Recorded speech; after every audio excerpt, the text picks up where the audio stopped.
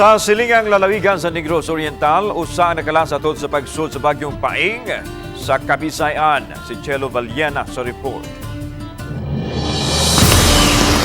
Giilang nakalas nga si LV Lambo, 40 anyos, taga Barangay Pinakubngan, Tayasan, kisa natumbahan sa kahoy. Sa investigasyon na sayran sa kapulisan nga patay na ang biktima, dihang nakitaan sa mga kabanay niini. Mato ni Engineer Romel Guardario, Tayasan DRRM officer, nga nanguha og sayuti ang biktima. Kusog ang pagbundak sa uwan ug ang hangin, dihang natumba ang punuan sa kahoy nga midatog sa biktima. Medyo layo-layo sa ilang balay sa may sitio Kansaluning, then siguro naitabo tong murag kusog nga hangin, yung kuan siya sir, natumbahan ni siya og kuan kanang patay nga kahoy.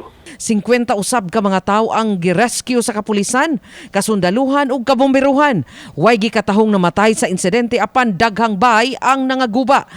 Sa barangay Umanod sa Santa Catalina, nakuha usab sa video ni Jeneline Burakit ang mga panimay nga nangaguba. Amo ni pagka ubos sa tubig nibalik ni silang tasa-tasa ka panimalay kay nag-video sir.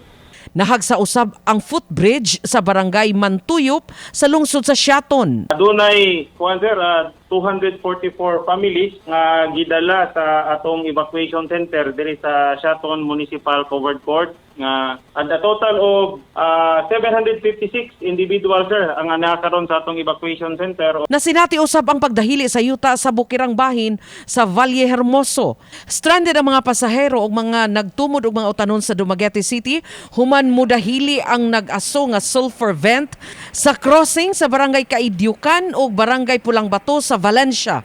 Ang mag-aso sulfur vent usa sa mga tourist spot sa Valencia, Negros Oriental. Uban ni Clans Gabutid, Chelo Valiena, Balitang Bisdak.